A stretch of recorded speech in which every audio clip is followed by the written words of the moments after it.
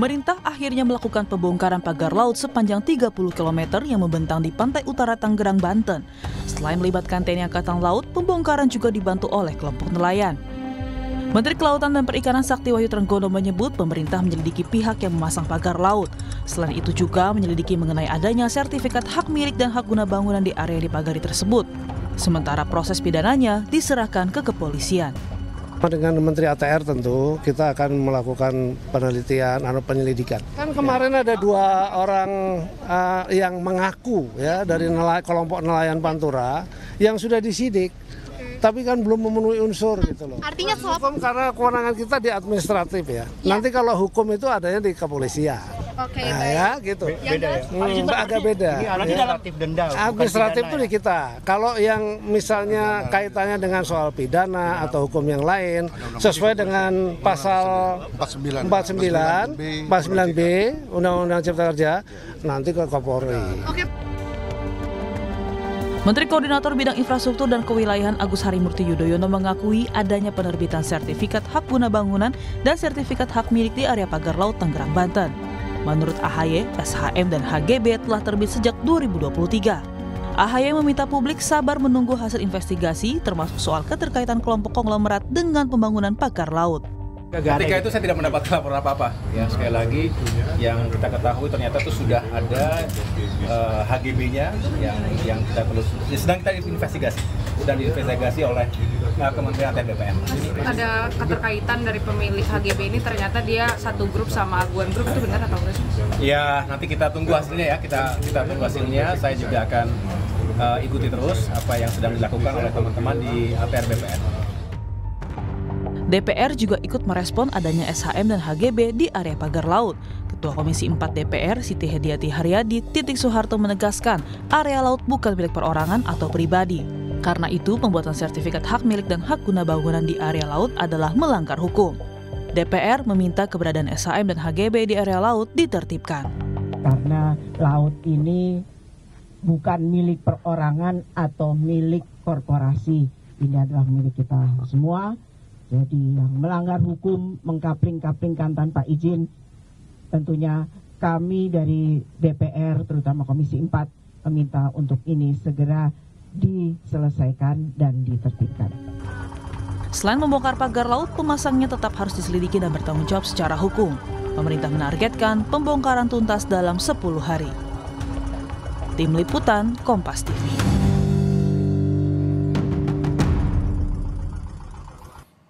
Saudara, pembongkaran pagar laut di Tangerang terus dilakukan dan pemerintah menargetkan pembongkaran akan selesai dalam 10 hari. Namun yang menjadi pertanyaan, siapakah pemilik pagar laut di Tangerang? Benarkah ada keterkaitan konglomerat dalam proyek ini? Kita bahas secara lengkap bersama sejumlah narasumber. Pertama, Sekjen Koalisi Rakyat untuk Keadilan Perikanan atau Kiara, Susan Herawati yang kita masih tunggu kedatangannya. Dan melalui sambungan Zoom, staf khusus Menteri Kelautan dan Perikanan Doni Ismanto. Selamat pagi Mas Doni. Selamat pagi. Juga anggota Komisi 4 DPR Daniel Yohan. Selamat pagi Mas Daniel. Pagi Bang. Serta dosen Ilmu Hukum Universitas Hasanuddin Hamid Awaludin. Selamat pagi Pak Hamid. Pagi. Selamat pagi Bapak-Bapak, terima kasih sudah bergabung di Sapa Indonesia Pagi hari ini.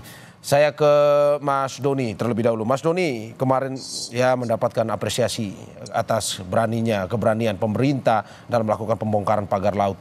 Tetapi kalau melihat pada hari ini adalah hari ketiga pembongkaran tersebut. Apa yang bisa dijelaskan? Berapa personilnya? Apakah sama banyaknya seperti kemarin atau bagaimana? Ya, personilnya saya itu konsisten ya, kita kan shift-shiftan dan kan kita sudah punya target 10 hari ya. Jadi rencana operasinya sudah dibuat, jadi nanti siang kita lihat lah. Kalau cuacanya bagus ya bisa konsisten. Ya, targetnya apakah tetap di 10 hari atau melihat misalkan mungkin cuaca dan segala macam, apakah memang akan mungkin lebih lama atau lebih cepat bisanya? Ya, rentangnya itu 10 sampai 15 hari, tapi kan logistik kita siapkan buat 10 hari. Ya. Apakah hari ini Pak Menteri akan tiba atau Pak Menteri hari ini sama Pak Daniel tuh hari ini jam 11 nanti. Oke, berarti akan ke DPR nanti ya, Pak Menteri. Oke. Betul. Oke, evaluasi apa yang Anda dapatkan pada hari kedua kemarin melakukan pembongkaran tersebut, Mas Doni? Ya, memang ada yang bambunya ditanam sudah keras ya, sudah terlalu dalam. Nah itu butuh agak effortnya, harus hati-hati Ya. biar tidak merusak ekosistemnya. Ya. Selain itu pergerakan kapal harus diatur juga. Ya. Dengan nelayan-nelayan yang hadir kemarin, apakah hari ini akan ikut juga membantu pembongkaran? Masih. Kan ya? ada KNTI juga ikut bantu kan. Oke.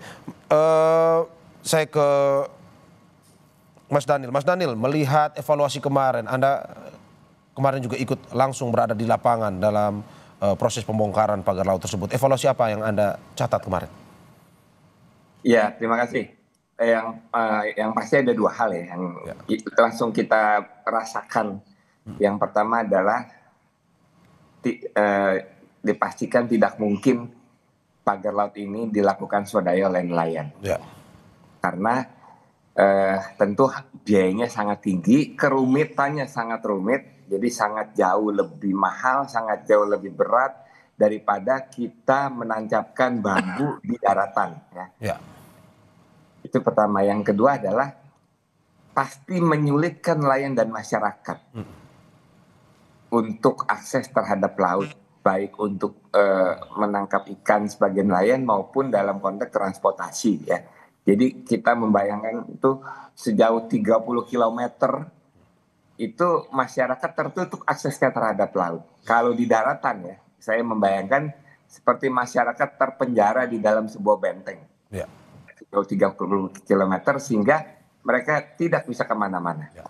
Jadi dua hal itu yang ya langsung kita rasakan ya. Dan ya, kita bersyukur proses pembongkaran sudah dilakukan sehingga itu sama saja membebaskan kembali masyarakat, membebaskan kembali nelayan untuk mengakses laut, untuk menangkap ikan maupun dalam konteks transportasi. Oke. Itu. Hari ini DPR akan bertemu dengan Menteri KKP. Apa yang akan ditelisik? Apakah kemungkinan akan menelisik terkait dengan keterkaitan adanya konglomerasi atau konglomerat yang ikut dalam pembangunan pagar laut ini atau bagaimana? Ya, semua aspek tentu akan ditanyakan oleh Komisi 4, termasuk siapa yang mendalangi, siapa yang membiayai, siapa yang bertanggung jawab. Kita berharap kementerian, pemerintah dalam hal ini KKP tidak hanya sanggup membongkar, tetapi tidak sanggup menjelaskan kepada masyarakat siapa yang bertanggung jawab, apa yang sesungguhnya terjadi, dan melakukan tindakan tegas secara hukum. Oke, Mas Daniel, dari hasil pendalaman dari DPR sendiri, apakah betul ini untuk reklamasi seperti yang diinfokan? Kalau lihat dari jalurnya, dari petanya, seharusnya ya seperti itu ya. Jadi, tetapi kan semua kepastian informasi, semua kepastian pengungkapan apa yang terjadi itu harus disampaikan pemerintah. Karena yang punya aparat melakukan penyelidikan, yang punya kemampuan untuk menjelaskan adalah, dan mempunyai kewajiban untuk menjelaskan adalah pemerintah ya. Sehingga kita mendorong ini segera dilakukan, jangan sampai pemerintah itu kalah dengan masyarakat sipil, dengan netizen ya, yang selalu mendahului penjelasan pemerintah dalam persoalan ada munculnya HGB, dalam persoalan ada munculnya hak milik, bahkan nama-nama pemilik. Nah, saya rasa ini juga menyangkut wibawa pemerintah, menyangkut kemampuan pemerintah untuk menegakkan hukum dan peraturan, bahwa tidak boleh ada pihak yang melampaui negara. Oke, saya ke Mas Doni. Mas Doni, bagaimana melihat DPR melihat ini ada upaya untuk reklamasi? Ya, terima kasih. Memang ketika kemunculan pertama itu masih waktu 7 kilo, ketika bulan Agustus 2023, kita tuh sudah turun ke lapangan dan kita sudah tanya kepada nelayan, dibilangnya itu untuk kerang hijau. Nah, tapi sampai ke sini kan ternyata jadi 30 kilo gitu kan, dan memang dugaannya yang Pak Daniel bilang itu mungkin itu bisa jadi juga benar, kalau, dan banyak juga para ahli sudah bilang itu kayak dia menahan sedimentasinya agar nanti lama-lama daratannya naik. Tapi kan ini butuh investigasi yang mendalam secara akademis juga, apakah ini mungkin dilakukan dan sebagainya. Tapi karena ini masih penyelidikan yang sekarang kan, karena dengan ada data baru dari ATR BPN, itu sangat membantu. Oh, ini ternyata tujuannya, jadi ada tujuan lain. Jadi kalau kita runut ke belakang, kita ini KKP ini taunya kan tiba-tiba, bukan tiba-tiba, taunya ada ada bambu nancep gitu loh. Ya. Dari kacamata KKP melihatnya itu ada kegiatan menetap memanfaatkan ruang laut tanpa izin. Ya kan? Jadi kami fokusnya waktu itu ya ini bambu mau diapain gitu. Nggak punya izin ya kita mau denda atau mau cabut kan gitu kan. Nah, hari Senin kemarin baru keluar dari Pak Nusron, itu ada sebagian dari area bambu itu bersertifikat. Nah, dari situ muncul lagi teori, oh ini jangan-jangan buat dijadiin daratan gitu loh. Nah, ini juga menguatkan dugaan kenapa ketika siapapun yang membuat bambu ini, dia seperti itu, dia merasa memiliki dokumen ternyata kan. Ya, karena dia merasa memiliki dokumen dan dia merasa punya legalitas, dia lakukan itu. Ini saya bicara setelah muncul statementnya Pak Nusron ya. Jadi saya juga memakai analisa saintifik aja. Oh ya seperti ini. Karena dari awal kita menduga ini bambu buat apa? Apa untuk memang buat, karena ada yang ngaku buat budidaya kerang hijau dan sebagainya. Nah, data yang diungkap Pak Nusron ya, oh ternyata orang ini berani seperti ini ya karena dia merasa punya dokumen gitu loh. Nah makanya ini pintu masuk paling enak untuk penyelidikan ini adalah kita dari bukti-bukti di tempatnya Pak Nusron, karena di situ kan jelas tuh semuanya. Makanya kita lagi nunggu nih, kemudian Pak Nusron bilang dia lagi melakukan penyelidikan di internal. Nah dari situ kita akan mungkin ini sudah karena kami sanksinya administratif, wah ini harus dibawa ke, mungkin nanti bisa dibawa ke aparat penegak hukum lainnya, dalam hal ini kepolisian, karena mungkin ada unsur pidana dan sebagainya, bukan lagi masalah administratif gitu loh. Ya, Mas Doni, apakah di awal ketika KP turun itu tidak menaruh curiga karena kan 7 km dengan pagar bambu yang begitu besar hanya untuk budidaya kerang hijau, apalagi sampai saat ini hingga 30 km?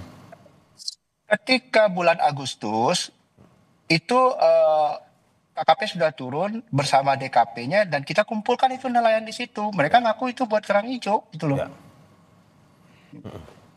Jadi waktu itu tidak menaruh curiga bahwa ini dengan pagar bambu sebesar ini bukan untuk kegiatan lain tapi hanya untuk kerang hijau ya? Waktu bulan Juli Agustus ya kita ngomongnya ya.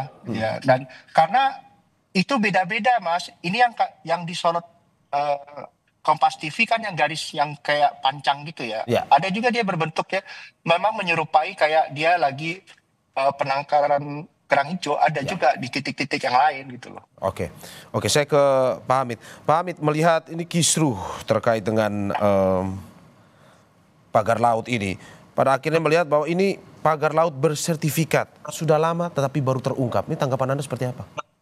Ya, pertama saya ingin katakan ini adalah deklarasi ditaklukkannya negara oleh oligarki. Itu statement pertama. Beruntung kita punya presiden yang tegas memerintahkan. Lebih beruntung lagi ada Pak Nusron yang mau membuka tabir siapa pemiliknya. Masalah utamanya adalah pelanggaran hukum secara sistematis. Karena ada sertifikat hak bangunan dan hak milik perorangan. Anda tahu kan, tidak mungkin ada sertifikat hak guna bangunan dan hak milik di air. Ya, sertifikat seperti itu adanya di darat, tanah. Nah, bagaimana kalau air mau dikonversi harus ada reklamasi dulu. Dan izin reklamasi itu ribet, panjang urusannya. Ada feasibility study-nya, ada perspektif lingkungannya, dampak sosial ekonomi politiknya gimana. Ini belum ada izin reklamasi, tiba-tiba ada sertifikat hak milik. Akal sehat dong dipakai. Di mana? Dari prosedur saja sudah jelas ada pelanggaran. Oke, berarti Anda mau mengatakan bahwa ini sebenarnya tujuannya untuk reklamasi ke depannya? Saya percaya, karena kalau Anda lihat sesuai dengan statement Pak Menteri Nusron, ada bidang-bidang kan, bidang-bidang itu yang disertifikatkan. Artinya properti ini maksudnya, sudahlah, mari kita berhenti bernyanyi ada dusta di antara kita. Sudahlah, negara mau ditaklukkan oleh oligarki. Kenapa kita harus bohong-bohongan? Yang saya sesalkan kemarin itu level di bawah, desa, lurah, camat, bupati tidak bicara, seolah-olah semua ini ditutupi. Ini kan kalau tidak ada Pak Nusron yang bersuara kencang siapa pemiliknya, ini kan jadi samar ini semua, temaram, kita saling mencurigai. Udahlah, jadi gini aja deh. Pak, tapi kan sanksinya kan dikatakan secara administratif. Apakah mungkin bisa dibawa ke ranah pidana dan seperti apa? Harus dibawa ke pidana. Karena ini kan penipuan. Ada prosedur hukum yang dilanggar kan? Ya, seperti apa Pak? Ya, tadi saya sudah bilang. Bagaimana mungkin ada sertifikat tanpa ada reklamasi? Sertifikat itu di darat, di tanah, bukan di air. Dan ancaman pidananya apa Pak? Kenapa? Ancaman pidananya? Saya nggak tahu detail ancaman pidananya, pasti ada pidananya. Maka yang saya bayangkan negara hadir untuk memproses semua yang terlibat. Apakah itu oligarki, apa itu aparat yang memproses pensertifikatan ini. Kedua, jangan sama sekali terkecoh. Pemilik perusahaan, oligarki ini mau berkelit, oh saya tidak tahu, itu manajemen. No. Ini proyek mega dahsyat, 30 km. Tidak mungkin ada pemilik tidak mengetahui ini, karena menyangkut anggaran. Tidak mungkin. Ini kan triliunan, Bung. Jangan lagi negara dipecundangi oleh oligarki, pemilik perusahaan. Oh saya nggak tahu itu manajemen. No, itu bohong semua. Saya ke Pak Mas. Saya ke Mas Daniel. Mas Daniel melihat bahwa ini seperti yang dikatakan oleh Pak Hamid, di atas laut tidak boleh sebenarnya ada. Ini pun ada aturan di aturan Mahkamah Konstitusi bahwa tidak ada pemberian hak milik penguasaan tanah itu kepada siapapun, terutama di atas laut. Ini DPR melihatnya seperti apa ini ke depan? Ya, meskipun masyarakat pesimis ya dalam pengertian apakah ini menjadi kasus yang berulang kali tidak terungkap secara tuntas dan tidak diatasi secara final ya.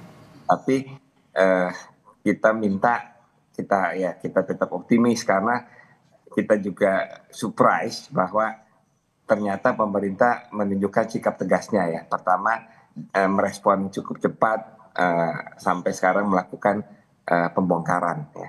Nah, kita tadi dibilangkan waktu sampai 10 hari ya, tapi 10 hari ini bukan hanya tuntas dalam membongkar tetapi tuntas dalam mengungkap dan melakukan tindakan hukum. Saya ke Mas Doni. Mas Doni, statementnya sebelum mungkin akhirnya akan mengikuti acara juga terkait dengan evaluasi ke depan, apakah mungkin saja KKP ini akan berhenti di pembongkaran pagar laut atau bagaimana instruksinya ke depan? Oh tidak, seperti kemarin Pak Daniel juga mendengarkan statementnya Pak Menteri di press conference, penyelidikan jalan terus. Ya, apalagi sekarang dengan ada Pak dukungan juga dari ATR BPN dengan mereka menyelidik. Tapi saya tadi dari Pak Hamid itu sangat benar sekali. Kalau mau mencari bukti-bukti kuat itu dari yang tempatnya Pak Nusron, itu lebih mudah. Tapi kan untuk seperti itu, kalau memang ada dugaan-dugaan pidana, ya kita harus berkoordinasi dengan aparat penegak hukum. Oke. Oke, terima kasih Mas Doni Ismanto, staf khusus Kementerian Kelautan dan Perikanan atas apa yang disampaikan pada hari ini penjelasannya. Dan saudara, kita masih tetap akan bersama anggota Komisi 4 DPR Daniel Johan dan juga dosen Ilmu Hukum Universitas Hasanuddin Hamid Awaludin di segmen berikutnya. Jangan kemana-mana saudara, usai jeda berikut.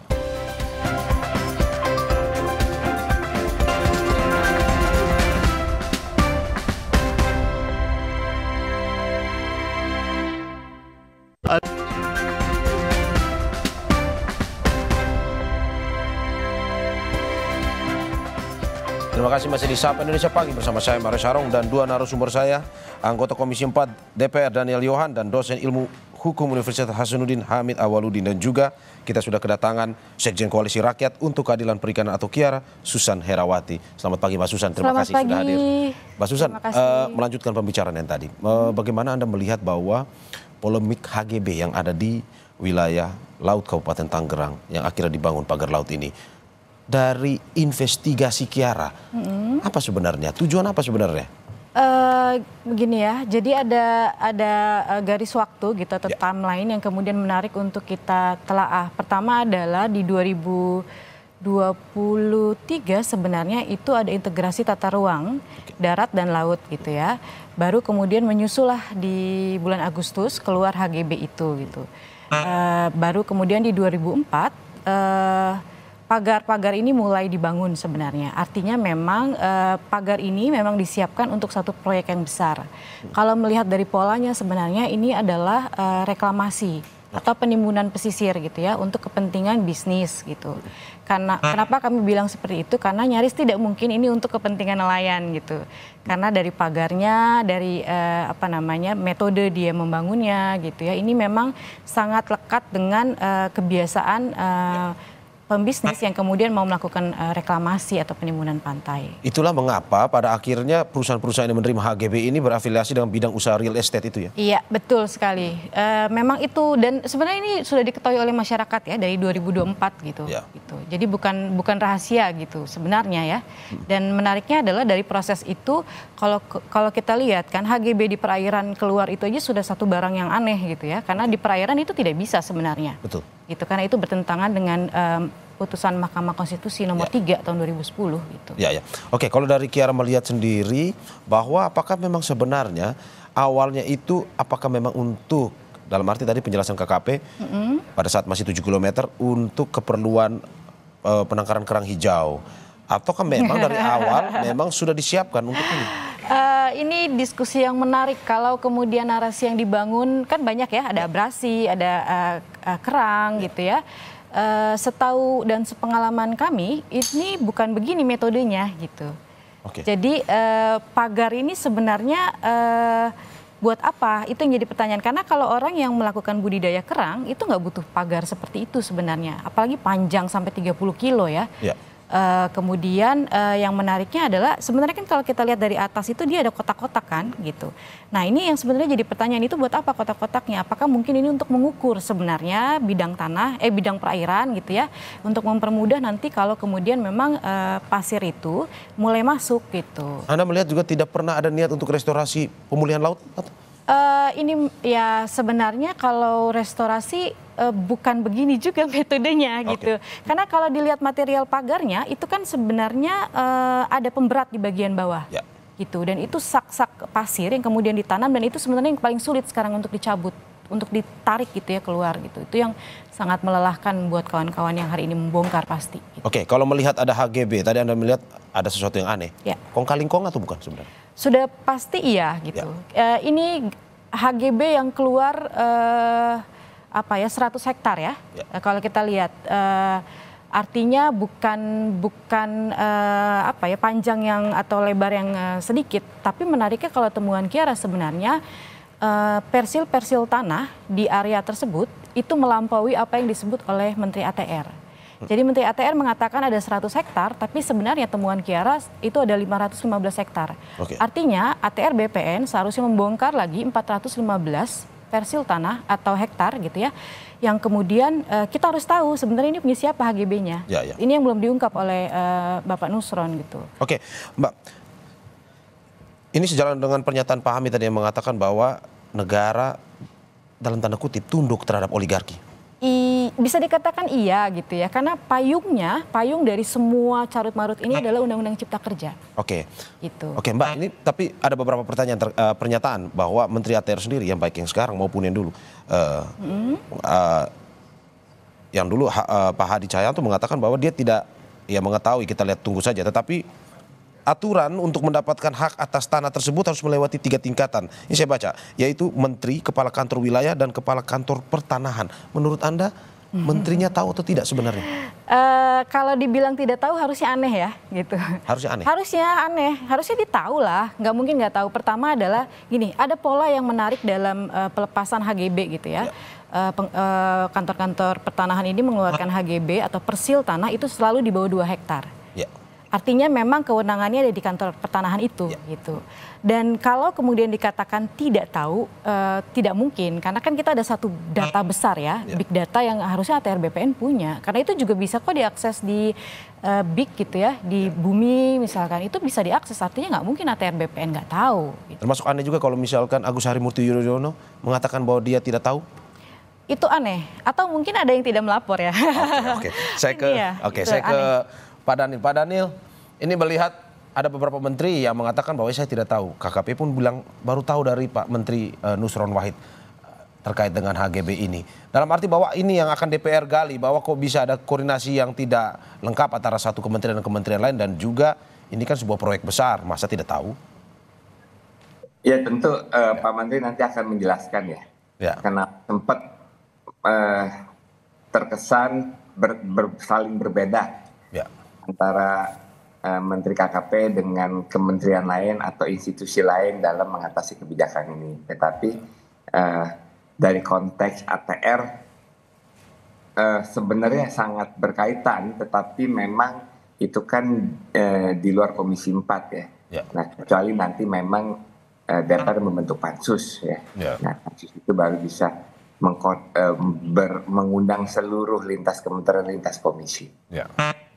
Oke, terkait dengan kong kali kong seperti ini, DPR punya fokus untuk menggali terkait itu juga atau bagaimana? Tentu, tetapi kan memang kita saat ini akan fokus mendorong memastikan kementerian mitra kami, KKP, kehutanan, harusnya juga lingkungan hidup, tetapi lingkungan hidup sudah ke-12, itu mempunyai tanggung jawab besar untuk mengungkap dan menjelaskan apa yang terjadi. Karena bagi kami, kalau istilah saya itu, ini semua nggak akan terjadi kalau nggak ada konspirasi. Jadi ini bisa terjadi karena memang ada konspirasi dari banyak pihak. Nah, tinggal pemerintah harus menjelaskan konspirasi apa yang sedang berlangsung saat ini. Oke, kalau dari kecurigaan DPR, konspirasi seperti apa? Ya tentu kan antara pihak yang memang bertanggung jawab, entah membiayai, entah berkepentingan dengan pihak-pihak terkait yang menyangkut perizinan, itu semua kan pasti saling terkait. Karena 30 kilo loh nggak tanggung-tanggung. Kalau misalkan panjangnya 30 kilo ya, ke dalamnya itu katanya 1 kilo. Itu 3, berarti kan 10.000 kali 30.000 itu sama dengan 30 juta meter persegi atau 3.000 hektar. Kalau 30 juta meter, 1 meter aja 1 juta itu udah 30 triliun. Tapi di sana harga sekarang 15 sampai 20 juta. Berarti 1.200 triliun. 1.200 triliun bukan hanya untuk penangkaran kerang hijau ini Pak ya? 1.200 triliun itu ya mungkin 5 bulan membiayai seluruh operasional negara. Oke, saya ke Pak Hamid. Pak Hamid, bagaimana melihat bahwa tadi disebutkan oleh Kiara kemungkinan ada kong kali kong dalam pembongkaran pagar laut ini. Apakah mungkin kong kali kong ini mungkin saja bisa dimasukkan dalam ranah hukum, ditindak secara hukum? Ya sangat bisa. Karena kan mekanisme dan proses perizinan itu sudah tidak masuk akal semua. Nah begitu proses dan mekanisme ditempuh secara tidak masuk akal, ya pasti ada pelanggaran. Seperti yang saya katakan tadi. Tapi saya ingin awali statement saya mengatakan begini. Dulu generasi saya itu ada peribahasa mengatakan pagar makan tanaman. Ya. Sekarang dalam kasus ini pagar melahap negara. Titik. Ya. Jadi pagar makan tanaman, sekarang era kita ini pagar melahap negara. Ini kan perbuatan oligarki mempecundangi negara. Nah, apakah ada kong kali kong? Yes, ada kong kali kong dari aparat. Mulai dari bawah dulu kita lihat ini. Kan tidak mungkin ada proses persertifikatan kalau tidak ada rekomendasi lurah, Pak Desa, ya, kemudian naik sampai kantor BPN kabupaten kota dan sebagainya. Ini masif persekongkolan ini, Bung. Masif sistematis. Sudahlah. Ini saya bersyukur ya, ada seorang menteri namanya Nusron Wahid yang mau membuka tabir ini. Dan jantan menyebut nama-nama PT. Ditelusuri itu. Oke, ditelusuri dalam arti bahwa menurut Anda pihak pemerintah harus menindak swasta-swasta yang ikut membangun program. Jangan hanya di direksi perusahaan, pemilik perusahaan. Ya. Ini kan sekarang kong kali kong pemilik perusahaan. Kalau ada masalah yang dikorbankan direksi kan, wah saya nggak tahu itu manajemen. No, nggak mungkin lah itu, Bung. Ini proyek mega besar. Pasti ini perencanaan dari pemilik perusahaan. Saya merasa tidak adil kalau yang diproses hanya direksi, pemilik perusahaan. Oke. Saya ke Pak Daniel. Pak Daniel, apakah mungkin DPR akan memanggil swasta-swasta yang ikut dalam pembangunan pagar laut ini? Ya, sejauh ini kita sedang mengagendakan ya. Jadi selain raker kita akan melakukan RDPU. Ya, nggak hanya yang sempat muncul namanya, tetapi juga nelayan masyarakat yang terdampak dari adanya pagar laut ini. Kita ingin mendengar secara utuh sehingga kita lebih tahu jejaknya, petanya itu seperti apa sih sebenarnya yang terjadi. Oke, kita akan telusuri jejaknya. Kiara mungkin punya hasil investigasinya dari pengusaha-pengusaha yang ikut, katanya ada konglomerasi besar untuk dalam pembongkaran pagar laut. Benar? Ini ada hubungannya dengan PIK 2 atau bagaimana katanya? Gini, sedari awal saya rasa Kiara adalah salah satu organisasi yang bilang bahwa ini reklamasi. Nggak mungkin enggak gitu ya. Karena melihat dari bagaimana polanya, kemudian juga bagaimana pagar ini terbangun gitu ya, kemudian juga dari penuturan masyarakat sendiri. Gitu. Dari awal masyarakat itu sudah tahu bahwa ini ujung-ujungnya adalah PIK sebenarnya. Sudah disebutkan secara terang benderang. Nah, kalau dilihat dari peta putaran pagar ini berdiri, itu berdekatan juga dengan proyek yang hari ini ada di sekitaran situlah ya, proyek-proyek besar mega proyek ini gitu. Dan ini tentu punya PIK gitu. Kalau kita lihat ya, karena tidak mungkin ada perusahaan lain gitu ya atau konglomerasi lain lah yang kemudian merangsek daerah situ, karena itu memang sudah menjadi area main mereka gitu. Dan kalau melihat polanya juga tadi bagaimana tadi dari bawah sekalipun tukang ukurnya pun sudah terpesan gitu ya, artinya memang sudah didesain untuk kemudian ujung-ujungnya ya reklamasi. Dan kalau kita runut kembali ke belakang 1 tahun ke belakang, bagaimana kemudian KKP juga semangat sekali melakukan atau membuka keran ekspor pasir gitu. Kalau kami lihat sebenarnya dari polanya, kalau ini benar jadi ya nggak ketahuan seperti ini, kemungkinan terbesar itu perairan seputaran Tangerang, termasuk salah satu pulau yang kami indikasikan Pulau Tunda, itu kemungkinan pasirnya akan diambil dan diisi di situ.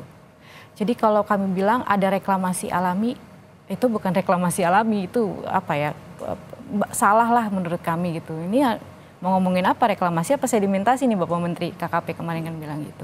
Karena kami lihat kalau memang mau apa ya, naruh sedimentasi di situ itu butuh waktu berapa lama, nggak mungkin gitu. Jadi ini memang penimbunan, udah itu aja. Dan ini satu-satunya kemungkinan terbesar adalah ya perusahaan tadi yang konglomerasi tadi. Gitu. Ini tidak mungkin dilakukan oleh nelayan kecil dalam arti pembangunan pagar laut tersebut? Nelayan prinsipnya adalah dari sepanjang pengetahuan saya, nelayan itu tidak pernah memagari lautnya.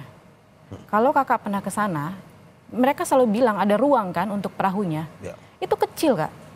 Bayangkan kalau nelayan itu pulang malam, mereka harus cari jalan. Karena kan pagar ini merubah pengetahuan mereka tentang titik mereka pulang gitu. Ini yang kemudian tidak dipahami sama orang yang bicara soal ini, soal nelayan gitu.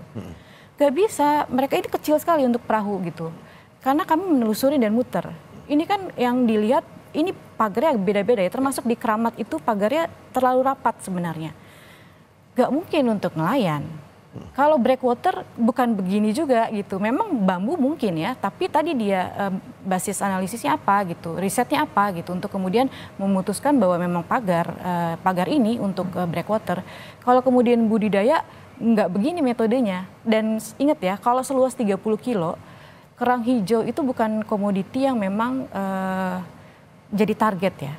Gitu. Kalau tambak, mau dorong tambak apa gitu. Itu yang menjadi pertanyaan. Kalau misalkan pada akhirnya tidak ada kejadian ini, tidak ada polemik ini, wilayah mana saja yang mungkin tadi Kiara sebutkan akan menjadi proyek dalam tanda kutip reklamasi nantinya?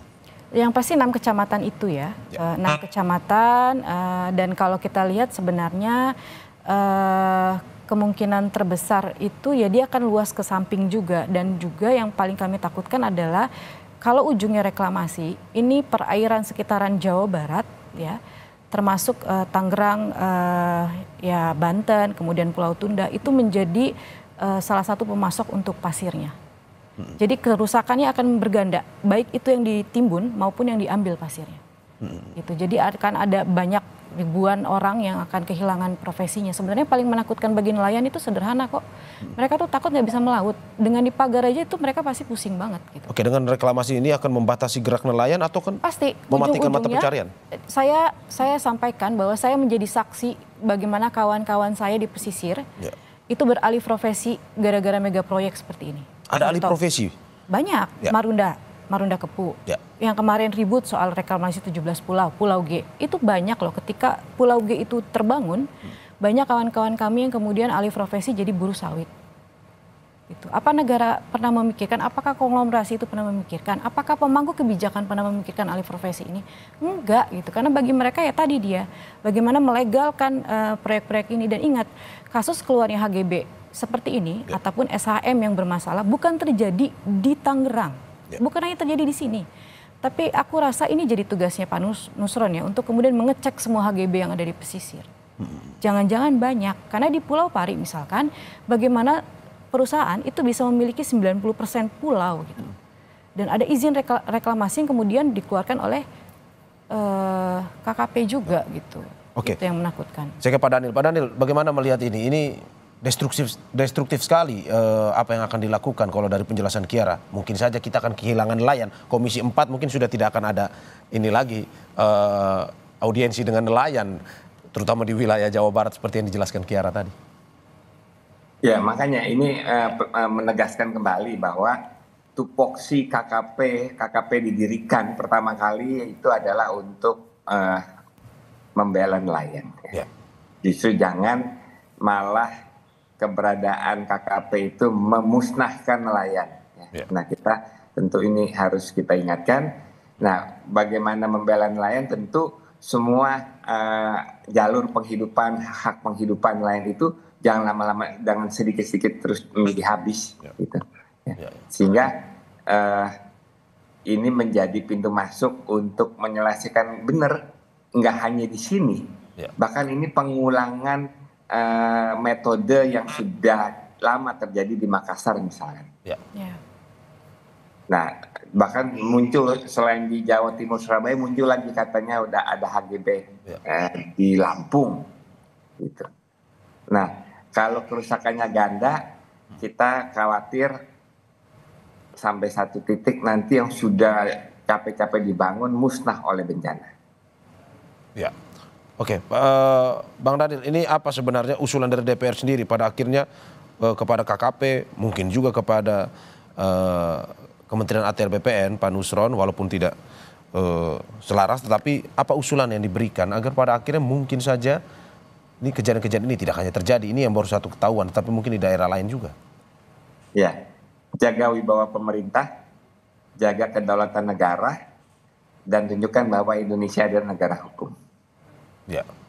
Sehingga bisa memberikan rasa keadilan bagi rakyatnya. Itu aja yang penting. Oke, Pak, ini sedikit terkait dengan pemanggilan Menteri KP pada hari ini. Apa saja akan digali dan jam berapa nantinya, Pak?